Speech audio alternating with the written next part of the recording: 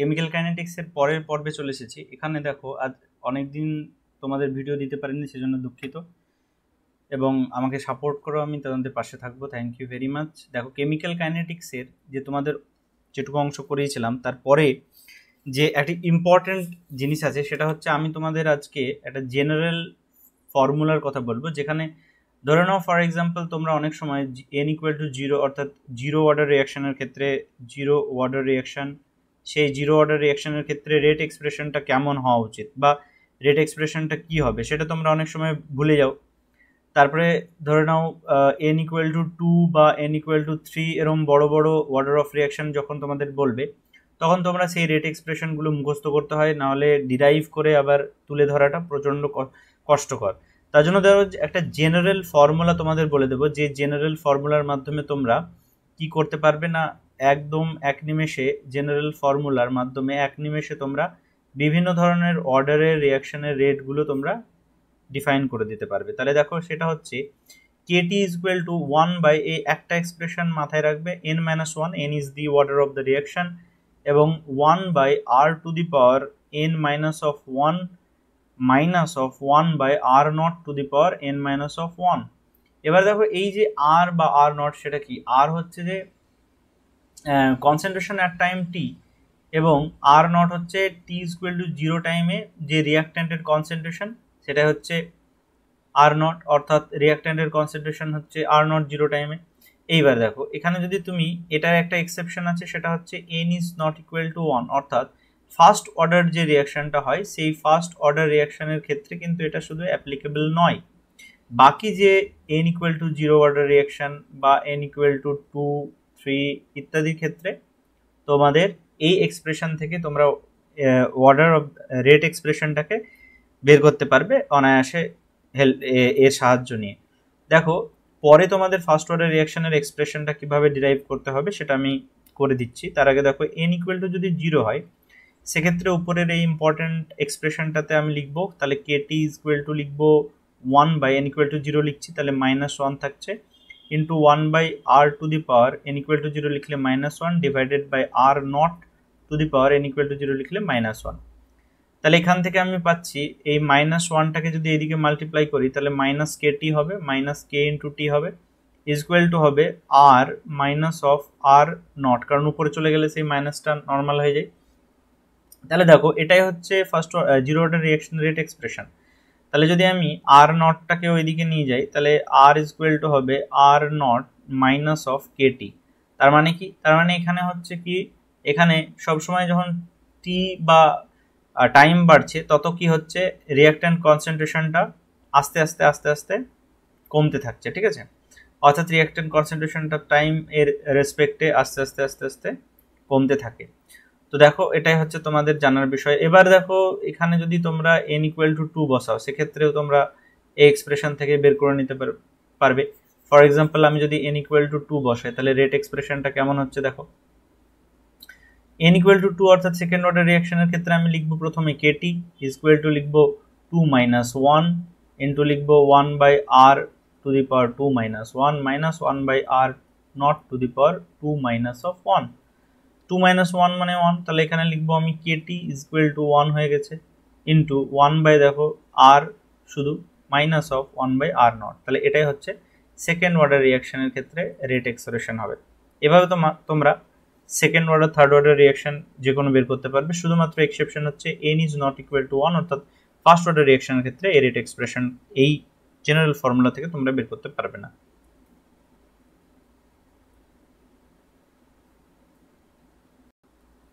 তো এরমভাবে তোমরা একটা জেনারেল ফর্মুলার মাধ্যমে তোমরা বিভিন্ন ধরনের রেট এক্সপ্রেশনগুলোকে প্রকাশ করতে পারবে। ওকে, চলো এবার একটা ডেফিনিট নিয়ম অনুসারে যদি একটা রিয়াকশানের রেট বের করতে বলে, যেমন for example n equal to 0-র ক্ষেত্রে অর্থাৎ জিরো অর্ডার রিয়াকশানের ক্ষেত্রে যদি রেট বের করতে বলে তাহলে সেক্ষেত্রে বোঝা যাচ্ছে জিরো অর্ডার রিয়াকশান মানে হলো যদি সিগনিফিক্যান্স বলি তাহলে জিরো অর্ডার রিয়াকশনের ক্ষেত্রে সেই রিয়াকশনটা যে এই রিয়াকশনের ক্ষেত্রে যদি আমি রিয়াক্ট্যান্টের কনসেন্ট্রেশনের ডিপেন্ডেন্সি বলি তাহলে রিয়াক্ট্যান্টের কনসেন্ট্রেশনের উপর ডিপেন্ড করে না, তাই তো অর্ডার 0, তাই না। লেটস সে আর হচ্ছে একটা রিয়াক্ট্যান্ট এবং সেখান থেকে আমি প্রোডাক্ট ফর্মেশন করছি P, তাহলে আর অ্যারো পি, অর্থাৎ পি প্রোডাক্ট তৈরি হচ্ছে। তাহলে আর এর কনসেন্ট্রেশনটা সাপোজ আমি সি ধরলাম, ইনিশিয়াল কনসেন্ট্রেশন বা সরি অ্যাট টাইম টিতে concentration of R is equal to আমি সি ধরে নিলাম, ঠিক আছে। এবার দেখো তাহলে হচ্ছে এখানে আমি বলবো যে এই সি কনসেন্ট্রেশনটা আস্তে আস্তে কমতে থাকবে। কেন? কারণ হচ্ছে আস্তে আস্তে প্রোডাক্ট ফরমেশন হতে থাকবে। যত প্রোডাক্ট ফরমেশন হবে নিশ্চয়ই রিঅ্যাক্ট্যান্টের কনসেন্ট্রেশনটা আস্তে আস্তে কমতে থাকবে। তাহলে এই rate of decrease of concentration of C কে আমি মাইনাস ডিসি আকারে লিখবো এবং টাইমের রেসপেক্টে তাই ডিটি লিখবো। তাহলে এটাই হচ্ছে rate of decrease of concentration of C বা রিঅ্যাক্ট্যান্ট আর। তাহলে এটা কার সাথে প্রপোর্শনাল হয়? এটাই হচ্ছে প্রপোর্শনাল হয় C to the power N এর সাথে, অর্থাৎ এন হচ্ছে এখানে অর্ডার অফ দ্য রিয়াকশন, ঠিক আছে।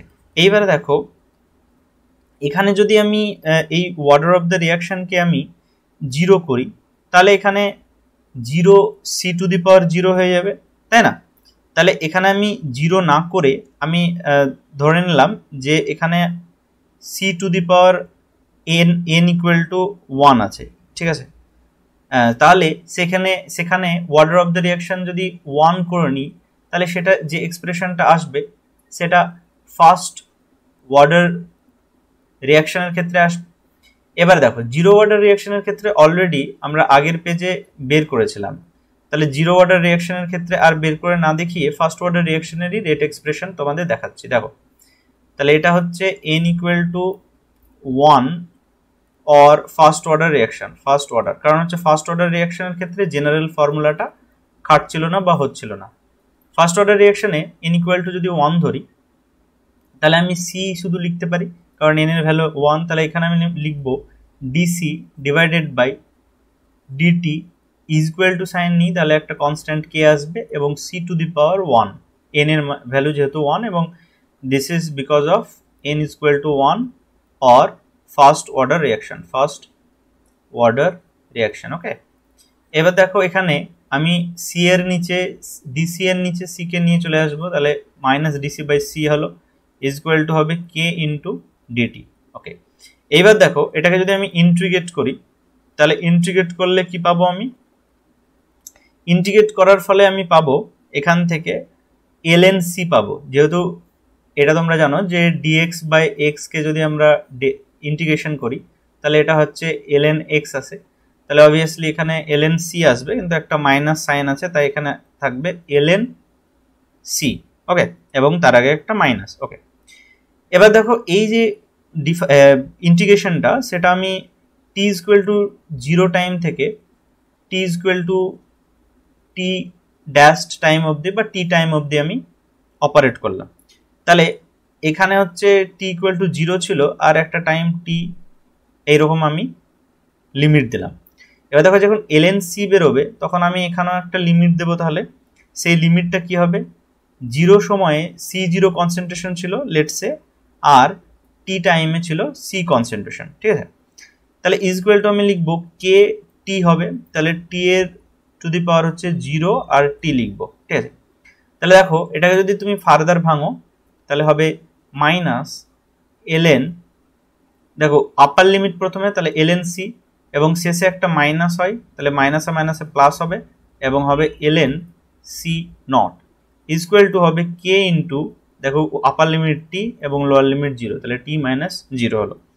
তাহলে এখান থেকে তুমি পেয়ে গেলে যে যখনই কোনো একটা এলএন বা এটাকে লন বলা হয়, LN X minus LN Y হয়, তখন সেটা ভাগ হয়ে যায়, অর্থাৎ এলএন এক্স বাই ওয়াই আকারে তাকে রিপ্রেজেন্ট করা হয়। ওকে, তাহলে এখানে দেখো LN C 0 by minus LN C আছে, তাহলে এলএন সি 0 বাই সি হওয়া উচিত, তাই না?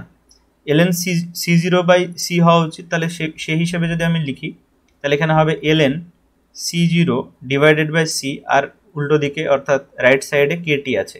ওকে, এবার এলএন মানে এর সবসময় এখানে একটা ই থাকে, ই এক্সপোনেন্ট বা বেস থাকে, তাহলে ই টু দি পাওয়ার কেটি হয়ে যাবে।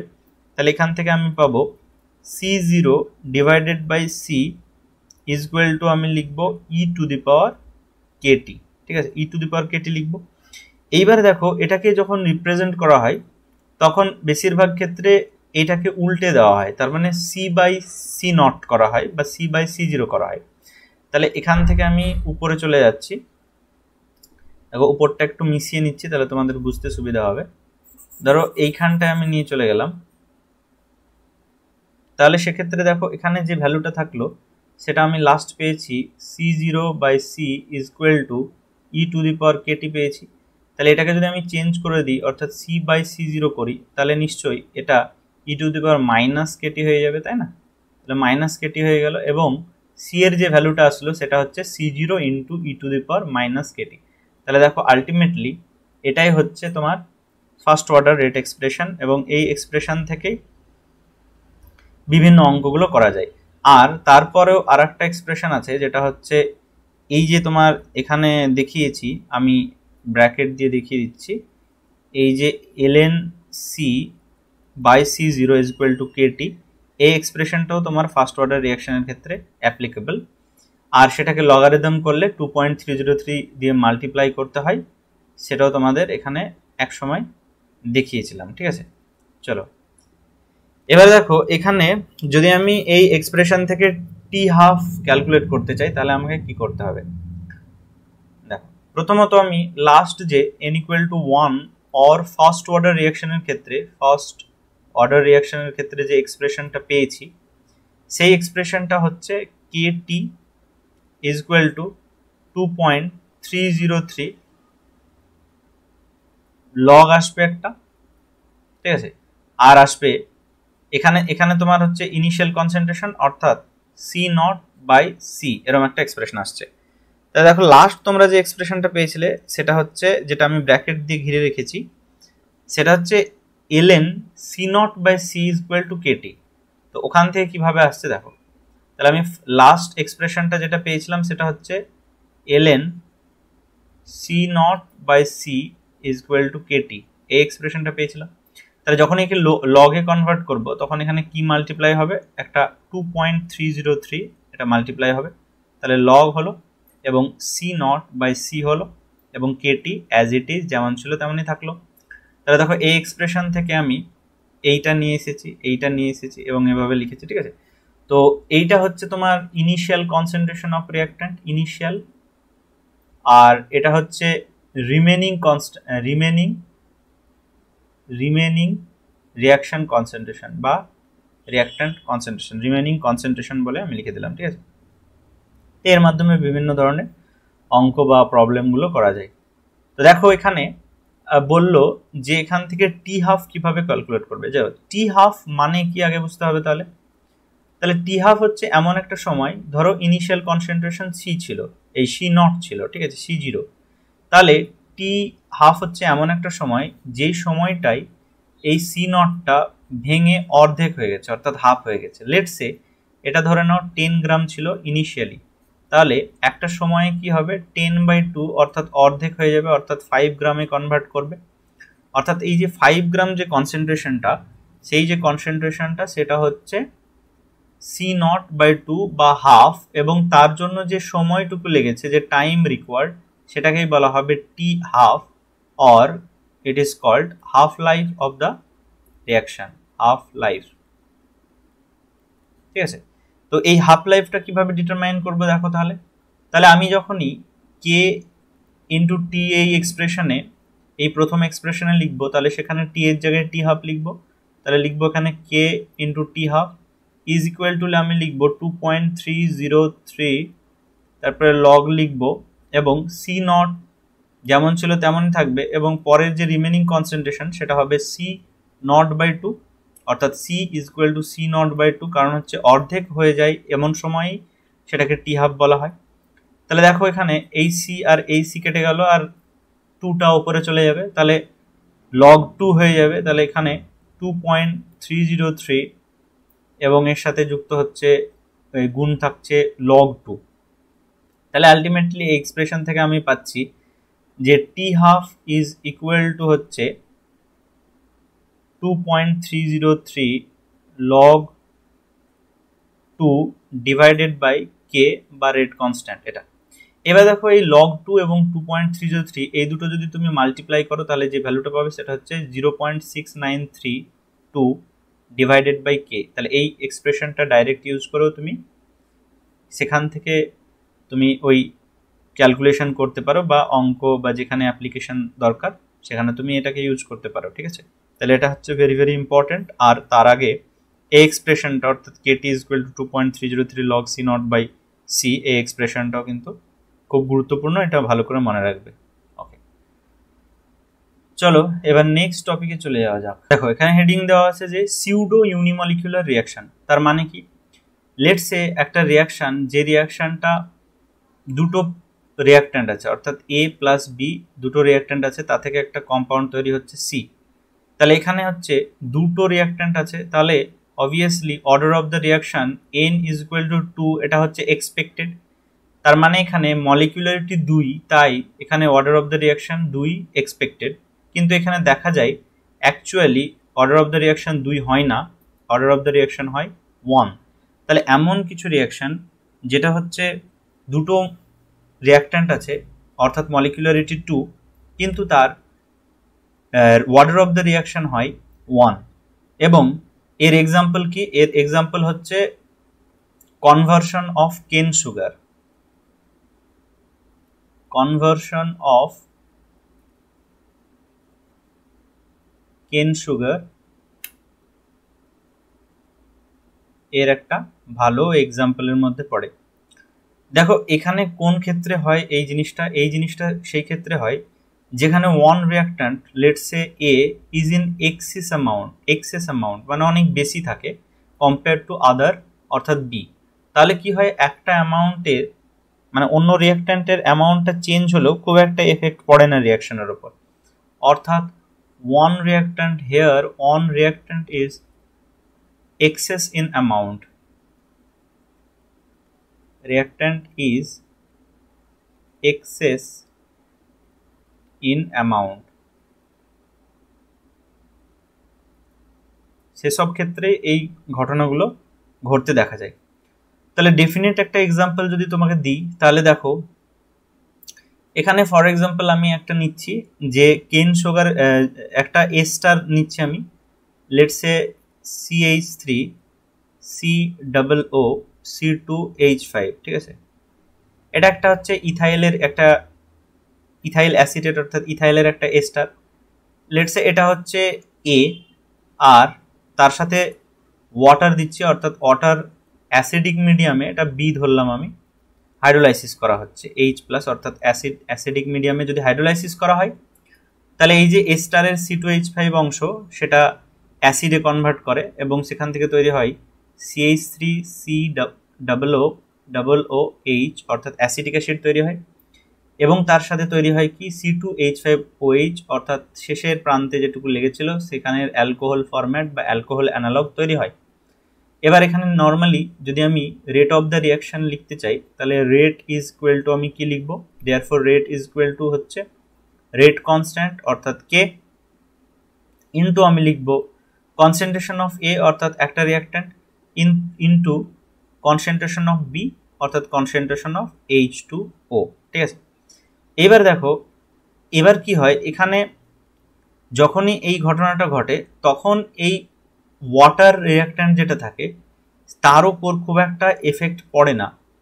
অর্থাৎ কি হয়, এখানে লেটসে আমি এটাকে কে ড্যাশ ধরে নিলাম, তাহলে এখানে আমি সেকেন্ড যে এক্সপ্রেশনটা লিখবো সেটা লিখবো আমি কে ইন্টু কনসেন্ট্রেশন অফ এ। তার মানে কি, তার মানে এই কে এর মধ্যে ঢুকে থাকলো কে ড্যাশ ইন্টু কনসেন্ট্রেশন অফ H2O।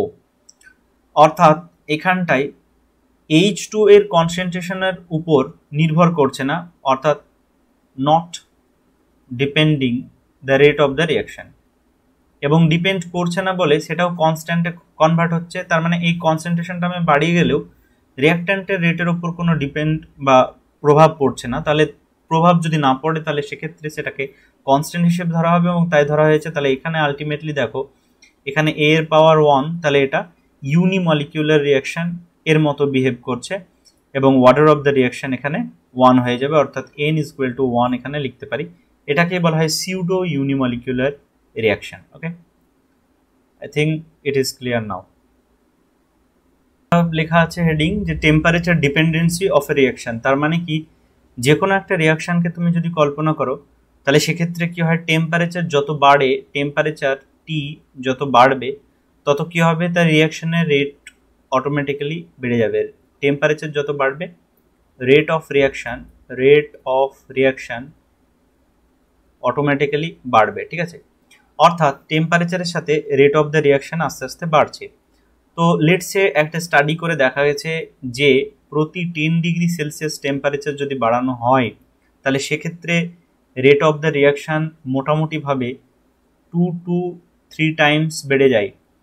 অর্থাৎ লেটসে আমি ধরলাম rate constant in case of KT divided by rate constant KT plus 10, এরম যদি আমি ফ্র্যাকশন করি তাহলে দেখা যাবে এক্ষেত্রে কি হবে না, রিয়াকশান রেট প্রায় অ্যাপ্রক্সিমেটলি 2 to 3 গুণ বেড়ে যাবে।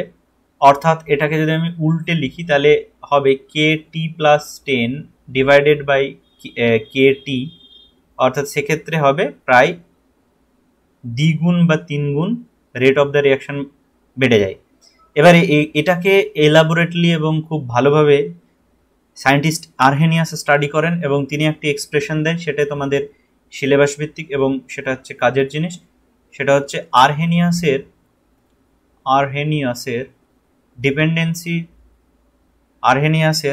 যে dependency of temperature upon reaction rate সেটা এক্সপ্লেন করেছে। So that is called Arrhenius equation. দেখো আরহেনিয়াস ইকুয়েশনের ক্ষেত্রে তোমরা যদি দেখো তাহলে তিনি যে এক্সপ্রেশন দিয়েছিলেন সেটা হচ্ছে rate constant K is equal to A into E to the power minus of EA divided by RT। So যেখানে কি না কে হচ্ছে রেট কনস্ট্যান্ট, মানে যেটা রেটকে সিগনিফাই করে, rate constant of a reaction. তারপরে এ হচ্ছে এক্সপোনেনশিয়াল একটা টার্মের আগে বসেছে, তাই একে বলা হয় প্রি এক্সপোনেনশিয়াল ফ্যাক্টর অর এর আর একটা নাম আছে, সেটাকে বলা হয় ফ্রিকোয়েন্সি ফ্যাক্টর। এবং কেন বলা হয় সেটা পরে আরো ভালো করে বুঝতে পারবে যখন বলবো ফ্রিকোয়েন্সি ফ্যাক্টর। এবার দেখো এখানটায় বাকি যে টার্ম আছে ই তো এক্সপোনেনশিয়াল টার্ম, সেটার কোনো এক্সপ্লানেশন নাই। এবং ইয়ে হচ্ছে অ্যাক্টিভেশন এনার্জি, অর্থাৎ একটা রিয়াকশনের করার জন্য একটা অ্যাক্টিভেশন এনার্জি বা একটা ডেফিনিট অ্যামাউন্ট অফ এনার্জি লাগে, যে এনার্জিটা পেলে তবেই রিয়াকশনটা হয়। তো এটাকে বলা হচ্ছে অ্যাক্টিভেশন এনার্জি। এবং দেখো আর হচ্ছে ইউনিভার্সাল গ্যাস কনস্ট্যান্ট এবং টি হচ্ছে অ্যাবসলিউট টেম্পারেচার, ঠিক আছে, অ্যাবসলিউট টেম্পারেচার বা গিভেন টেম্পারেচার, যে টেম্পারেচারে রিয়াকশনটা হচ্ছে, ঠিক আছে। তো এই কটা টার্ম আছে। এবার দেখো এখান থেকে একটা এক্সপ্রেশন তৈরি করা হয় এবং সেই এক্সপ্রেশনের মাধ্যমে তোমাদের অঙ্কগুলো করতে হবে, বিভিন্ন প্রবলেমগুলো করতে হবে। লেটসে আমি K is equal to A into E to the power minus of EA divided by RT আমি লিখলাম। এবার এখানে আমি দুই দিকে যদি ln নিই অর্থাৎ লন নিই তাহলে দেখো এখানে আমি ln K লিখতে পারি, আর এদিকে আমি ln যখনই লিখবো তখন যে মাল্টিপ্লাইড ফরম্যাট আছে সেটা যোগে কনভার্ট হবে, অর্থাৎ ln A into E to the power minus EA divided by RT, এই পুরো টার্মটা আছে, তাই না। তো দেখো যে কোনো ক্ষেত্রে যদি ln x ইন্টু y হয় তাহলে সেটা যোগে কনভার্ট হয়, অর্থাৎ ln x plus ln y এভাবে লিখতে হয়। তাহলে এক্ষেত্রে আমি লিখবো কি ln k is equal to আমি লিখবো ln a এবং পরের টার্মটা প্লাস হয়ে যাবে, অর্থাৎ plus ln e to the power minus ea by RT এভাবে লিখবো। এবারে দেখো এই ln নিচে বেস ই থাকে, তাহলে উপরেও ই, তাহলে এই দুটো কেটে গিয়ে শুধু মাইনাস ea বাই RT টুকু পড়ে থাকবে। তাহলে পরের টার্মটা যদি আমি লিখি তাহলে এখানে লিখবো ln k is equal to ln a minus of ea by RT, এইটুকু আমি লিখবো ea by r into 1/t এভাবে আলাদা করে লিখলাম, ঠিক আছে। এইবার দেখো এই অংশটুকু তোমাদের লাস্টলি মনে রাখতে হবে। এই অংশটা থেকে তোমাদের ফার্দার এটাকে কাজে লাগিয়ে আমি একটা এক্সপ্রেশন তৈরি করবো, ঠিক আছে। এটা তোমরা মনে রাখো যে ln k is equal to ln a minus ea by RT। চলো, তো লাস্ট এক্সপ্রেশন তোমাদের ছিল কি? লাস্ট এক্সপ্রেশন ছিল ln k is equal to হচ্ছে ln a minus of E A divided by R into 1/t এই এক্সপ্রেশনটা ছিল। এবার দেখো এখানে যদি তোমাদের একটা প্লট দেখাই, যে প্লটটা একটা হচ্ছে এক্স এক্সিস আর একটা ওয়াই এক্সিস রাখলাম, লেটস সে এটা এক্স এক্সিস রাখলাম আর এদিকে এটা এক্স এক্সিস আর এটা ওয়াই এক্সিস রাখলাম।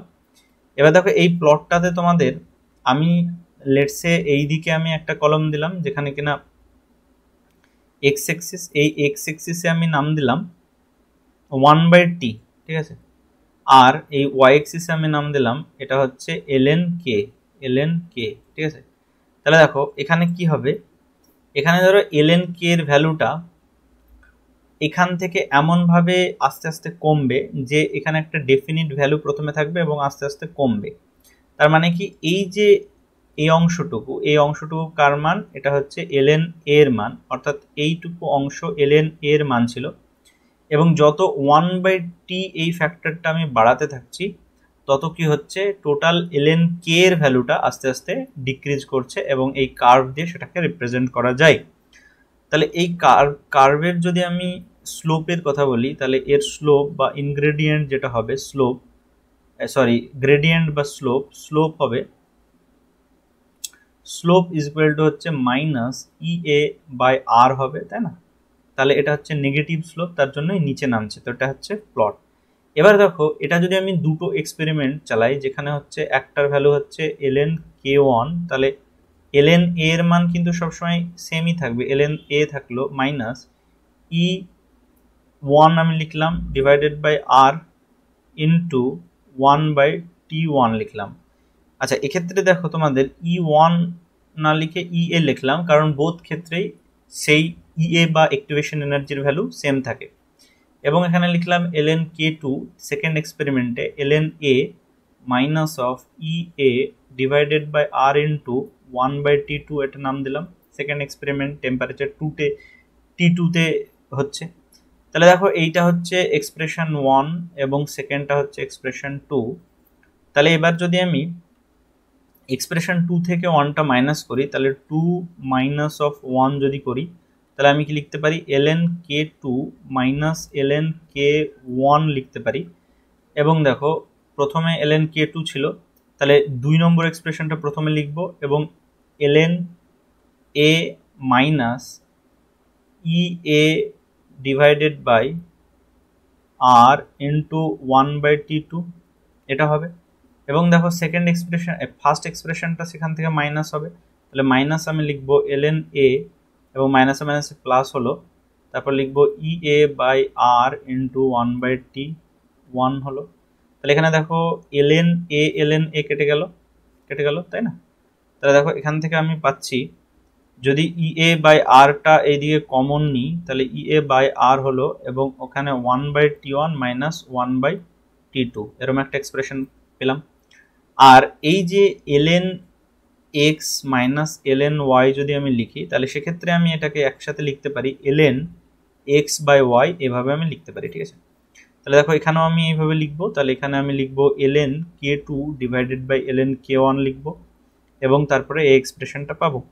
তাহলে এই যে এক্সপ্রেশনটা পেলে ln k2 by k1 is equal to ea by r into 1/t1 minus t2, এই এক্সপ্রেশনটা খুবই ইম্পর্টেন্ট।